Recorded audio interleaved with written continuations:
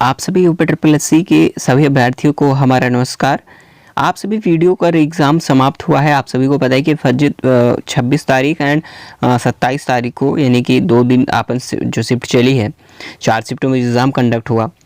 तो finally after examination अब सबसे बड़ी बात है यहाँ पर कि एक्सपेक्टेड जो कट ऑफ है, एक क्राइटेरिया कह रहने वाला इस बार का, क्योंकि ओवरऑल एक डाटे पर अकॉर्डिंग देखा जाए तो डाटे पर आधारित, तो बेस्ड ऑन न्यू डाटा हमने जो कंपेयर किया है, उसको एनालिसिस किया है, इस पर अगर आपके नंबर कम भी है फिर भी आप लोगों को परेशान होने की ज़रूरत नहीं है, क्योंकि जो कट ऑफ को लेकर के तरह तरह की बातें बताई जा रही है, बिल्कुल ऐसा नहीं होने वाली है। कट ऑफ बहुत ज़्यादा नहीं जाने वाली इस बार, ठीक है, क्योंकि इसके पीछे का रीज़न मैं आपको विद डाटा बताने वाला हूँ। कैसे वो सारी चीज़ें हैं मैं आपको कैटेगरी वाइज कट ऑफ भी बताऊँगा, लेकिन थोड़ा सा मेरी बात समझ लीजिए।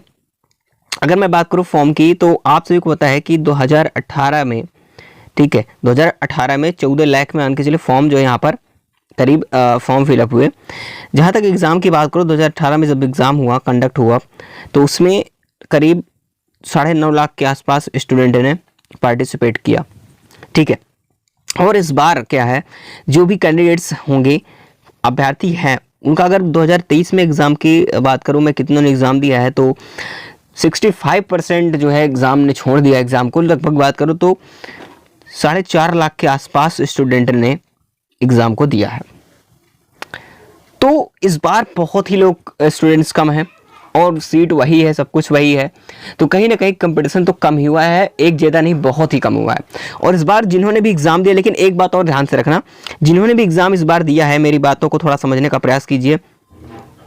जितने लोगों ने इस बार एग्ज़ाम दिया है वो पढ़ने वाले ही स्टूडेंट ने एग्ज़ाम दिया है, क्योंकि देखिए जो 5 सालों में एक तो काफ़ी लोगों ने इतने समय में कहीं ना कहीं पोस्टिंग भी हो गई होगी, उस कारण से उन्होंने एग्ज़ाम न दिया होगा, बहुत सारे रीजन भी हो सकते हैं।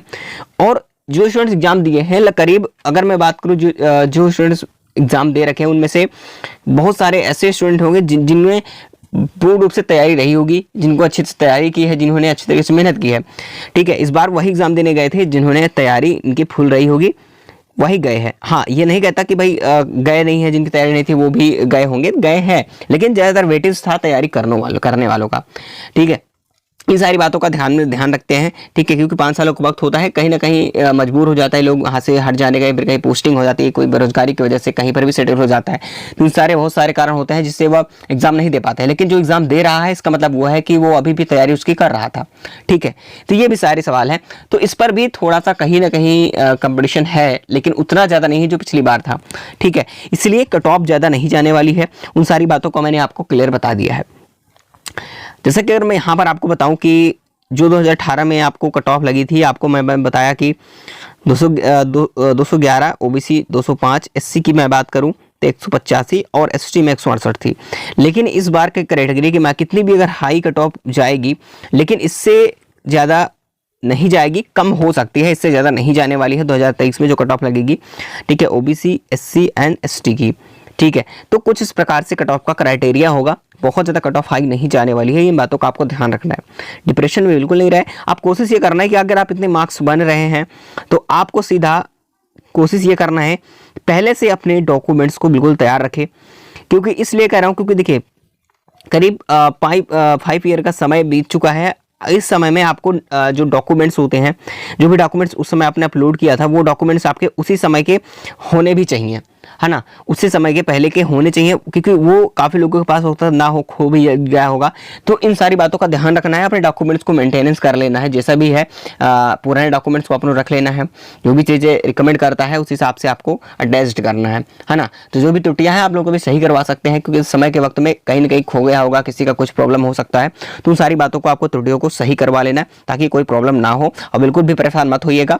नॉर्मलाइज स्कोर आप सभी के मैं बात करूँ तो कहीं ना कहीं आपको जो है 27 तारीख वाली जो शिफ्ट है, इस शिफ्ट में आपको नॉर्मलाइज मार्क्स मिलेंगे, ठीक है। सेकेंड शिफ्ट वालों को करीब 2 नंबर के आसपास तक ये बढ़ सकते हैं, ठीक है। नॉर्मलाइज स्कोर की मैं बात करूँ तो अब थोड़ा बहुत अगर कम नंबर है तो बिल्कुल घबराइए नहीं, क्योंकि आपका अभी मार्क्स बढ़ भी सकता है, ठीक है, 102 नंबर आपको मिलेगा, ठीक है। 27 वाले जितनी भी शिफ्ट थी, दोनों शिफ्ट में आपको नंबर बढ़ने के चांसेस हैं, ठीक है। तो इन सारी बातों का ध्यान रखना है। बाकी चलिए आगे जो भी डाउट हो गए आप लोग बताएंगे। बाकी मैं आप सभी को जैसे भी कोई भी इन्फॉर्मेशन मिलती है बेटर प्लस सी वीडियो से संबंधित या फिर किसी अन्य एग्जाम से संबंधित आप तभी तक जो है इन्फॉर्मेशन पहुंचती रहेगी। बस अभी तक चैनल को सब्सक्राइब नहीं किया हो तो कर लीजिएगा, ठीक है, क्योंकि आप सभी को टाइम टाइम पर नोटिफिकेशंस वीडियोस की हर एक इन्फॉर्मेशन प्रोवाइड होती रहती है।